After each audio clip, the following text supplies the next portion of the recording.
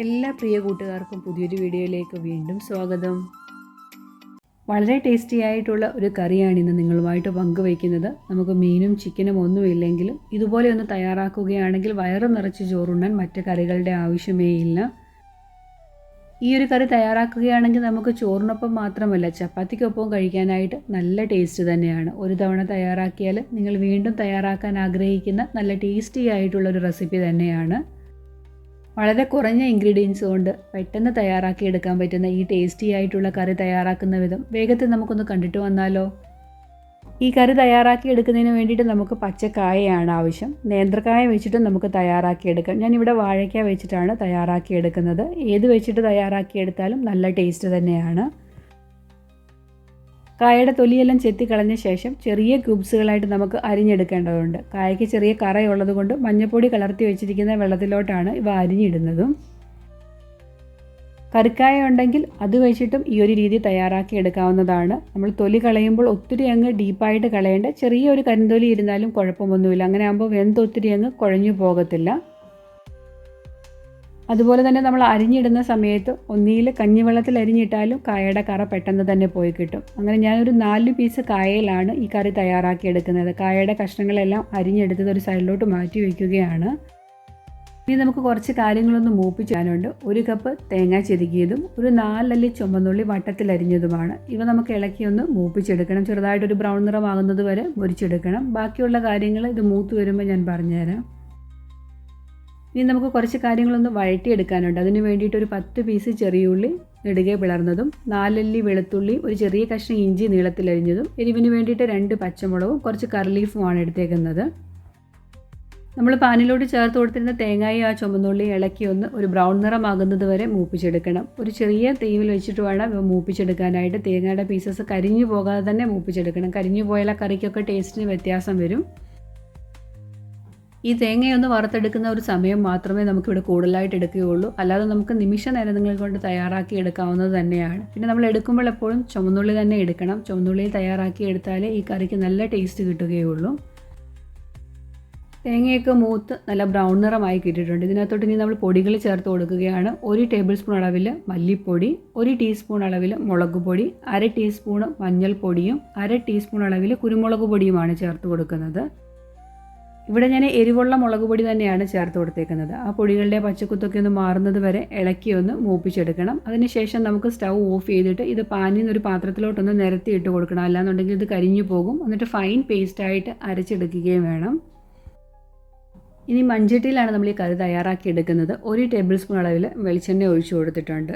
അതിലോട്ട് നമ്മൾ എടുത്തു വെച്ചിരിക്കുന്ന ചുമന്നുള്ളി ബാക്കി എല്ലാ കൂട്ടും കൂടെ ഒരുമിച്ച് തന്നെയാണ് ചേർത്ത് കൊടുക്കുന്നത്. ഇനി ലേശം ഉപ്പും കൂടെ ചേർത്ത് കൊടുത്തിട്ട് നമുക്കിതൊന്ന് വഴറ്റിയെടുക്കേണ്ടതുണ്ട്.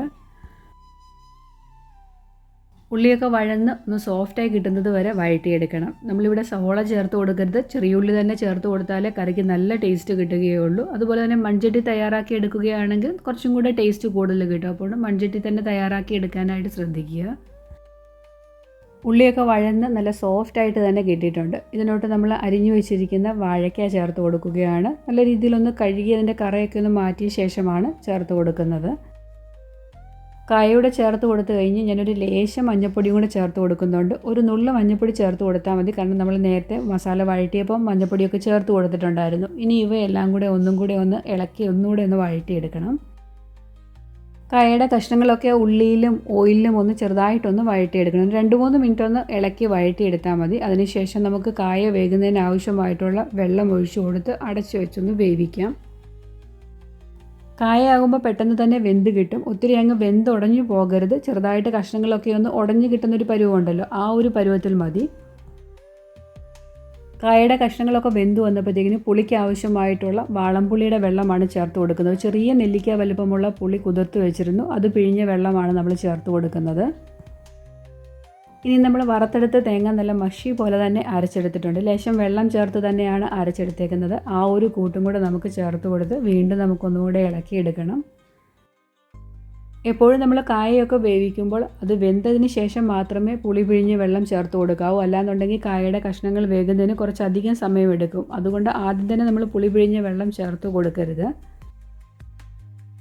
ഇനി കറിക്ക് ആവശ്യമായിട്ടുള്ള ഇളം ചൂടുവെള്ളമാണ് ചേർത്ത് കൊടുക്കുന്നത്. നമുക്ക് എത്രത്തോളം ഗ്രേവി ആവശ്യമുണ്ട് അതിനനുസരിച്ചിട്ടുള്ള വെള്ളം ചേർത്ത് കൊടുക്കുക. ഈ സമയത്ത് ഉപ്പൊക്കെ നോക്കിയിട്ട് ആവശ്യമുണ്ടെങ്കിൽ ഉപ്പൊക്കെ ചേർത്ത് കൊടുക്കാവുന്നത് തന്നെയാണ്.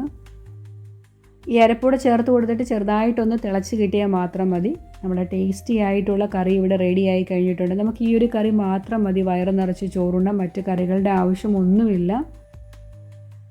മീനും ചിക്കനും ഒന്നും ഇല്ലാത്തപ്പോൾ ഈ ഒരു രീതി തയ്യാറാക്കി എടുക്കുകയാണെങ്കിൽ എല്ലാവർക്കും വയറ് നിറച്ച് ചോറുണ്ണാനായിട്ട് സാധിക്കും. അത്രയ്ക്ക് ടേസ്റ്റി ആയിട്ടുള്ള ഒരു കറി തന്നെയാണ്. വാഴയ്ക്ക എല്ലാവരുടെയും വീട്ടിൽ കാണുമല്ലോ, അപ്പോൾ ഇതുപോലെ ഒന്ന് തയ്യാറാക്കി നോക്കുക. കറി ചെറുതായിട്ട് തിളച്ച് വരാനായിട്ട് തുടങ്ങിയിട്ടുണ്ട്. ഇനി നമുക്ക് സ്റ്റൗ ഓഫ് ചെയ്തിട്ട് ഇതിനകത്തൊന്ന് താളിച്ചും കൂടെ ചേർക്കണം. അതുകൂടെ കഴിഞ്ഞ് കഴിഞ്ഞാൽ നമ്മുടെ കറി കുറച്ചും കൂടെ ടേസ്റ്റ് കൂടുതലായിട്ട് കിട്ടും. വറവ് തയ്യാറാക്കി എടുക്കുന്നതിന് വേണ്ടിയിട്ട് 1 ടേബിൾ സ്പൂൺ അളവിൽ വെളിച്ചെണ്ണയാണ് പാനിലോട്ട് ഒഴിച്ചു കൊടുത്തേക്കുന്നത്. ഒരു 1/2 ടീസ്പൂണ് കടുകിട്ടൊന്ന് പൊട്ടിച്ചെടുക്കുന്നുണ്ട്. അതോടൊപ്പം തന്നെ ഒരു 4 ചെറിയ ഉള്ളിയും കുറച്ച് കറി ലീഫും കൂടെയാണ് ഇനി ചേർത്ത് മൂപ്പിച്ചെടുക്കാൻ പോകുന്നത്. ഉള്ളിയൊന്ന് മൂത്ത് വരാറായപ്പോഴത്തേക്കിന് 2 വറ്റൽമുളക് നുറുക്കി കൂടെ ചേർക്കുന്നുണ്ട്. ഇവയെല്ലാം കൂടി ഒന്ന് നല്ലതുപോലെ ഒന്ന് മൂപ്പിച്ചെടുത്തു. ഇതിലോട്ട് നമുക്കിനി ഒരു നുള്ളി കാശ്മീരി മുളക് പൊടിയുടെ ചേർത്ത് കൊടുക്കുകയാണ്. കറിക്കൊരു കളറ് കിട്ടുന്നതിന് വേണ്ടിയിട്ടാണ് ഈ കാശ്മീരി മുളക് പൊടി നമ്മൾ ചേർത്ത് കൊടുക്കുന്നത്. സ്റ്റൗ ഓഫ് ചെയ്ത ശേഷമാണ് ചേർത്ത് കൊടുക്കുന്നത്. അതുപോലെ തന്നെ ചേർത്ത് കൊടുത്തു കഴിഞ്ഞാൽ അവ കരിഞ്ഞു പോകാതെ തന്നെ ഇളക്കിയെടുക്കുകയും വേണം. ഈ ഒരു വറവൂടെ ചേർത്ത് കഴിഞ്ഞാൽ നമ്മുടെ ടേസ്റ്റി ആയിട്ടുള്ള കറി ഇവിടെ റെഡി ആയിട്ടുണ്ട്. എല്ലാവർക്കും ഒരുപോലെ ഇഷ്ടപ്പെടും. നല്ല ടേസ്റ്റാണ് ഈ കറി കഴിക്കാനായിട്ട്.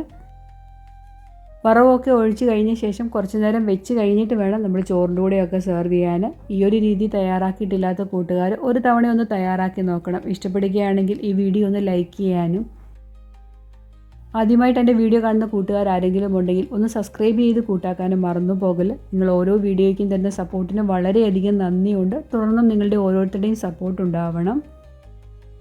സബ്സ്ക്രൈബ് ചെയ്യുന്നതിനോടൊപ്പം അടുത്തുള്ള ബെല്ലൈക്കണും കൂടി ഇനേബിൾ ആക്കി ഓൾ എന്നുള്ള ഓപ്ഷൻ പ്രസ് ചെയ്താലേ ഞാനിടുന്ന പുതിയ വീഡിയോയുടെ നോട്ടിഫിക്കേഷൻ കൂട്ടുകാരുടെ അടുത്ത് പെട്ടെന്ന് തന്നെ എത്തുകയുള്ളൂ. ഇത് നമുക്ക് ചോറിനും ചപ്പാത്തിക്കും അതുപോലെ തന്നെ അപ്പത്തിൻ്റെ കൂടെ വേണമെങ്കിലും സെർവ് ചെയ്യാനായിട്ട് ടേസ്റ്റിയാണ്. അധികം പാടൊന്നുമില്ല. ഈ എടുത്ത ഇൻഗ്രീഡിയൻസ് എല്ലാം നമ്മുടെ എല്ലാവരുടെയും വീട്ടിൽ അവൈലബിൾ ആയിട്ടുള്ള കാര്യങ്ങളുമാണ്. അപ്പോൾ ഇതുപോലെ ഒന്ന് തയ്യാറാക്കി നോക്കുക.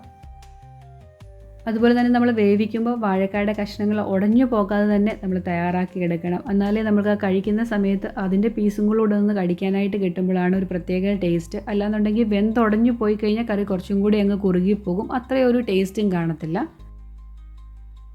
മൺചട്ടിയിലാകുമ്പോൾ നല്ല ചൂടാണ്. ഇരിക്കും തോറും കറി കുറച്ചും കൂടെ കുറുകി വരും. നല്ല കുറുകിയ നല്ല തിക്ക് ഗ്രേവി ആയിട്ടുള്ള ഒരു കറി തന്നെയാണ്. ഈ ഒരു വീഡിയോ ഞാൻ ഇവിടം കൊണ്ട് അവസാനിപ്പിക്കുകയാണ്. ഈ റെസിപ്പി ഒരു തവണ തയ്യാറാക്കി ഇഷ്ടപ്പെട്ടാൽ നിങ്ങളുടെ ഫ്രണ്ട്സിനും റിലേറ്റീവ്സിനും ഒന്ന് ഷെയർ ചെയ്യാനും കൂടെ മറന്നു പോകരുത്. ഇന്നത്തെ കുഞ്ഞു വീഡിയോ ഞാൻ ഇവിടം കൊണ്ട് അവസാനിപ്പിക്കുകയാണ്. അടുത്ത ദിവസം നല്ലൊരു റെസിപ്പിയായിട്ട് വളരെ പെട്ടെന്ന് തന്നെ ഞാൻ കൂട്ടുകാരുടെ അടുത്തേക്ക് എത്തുന്നതാണ്. Thanks for watching.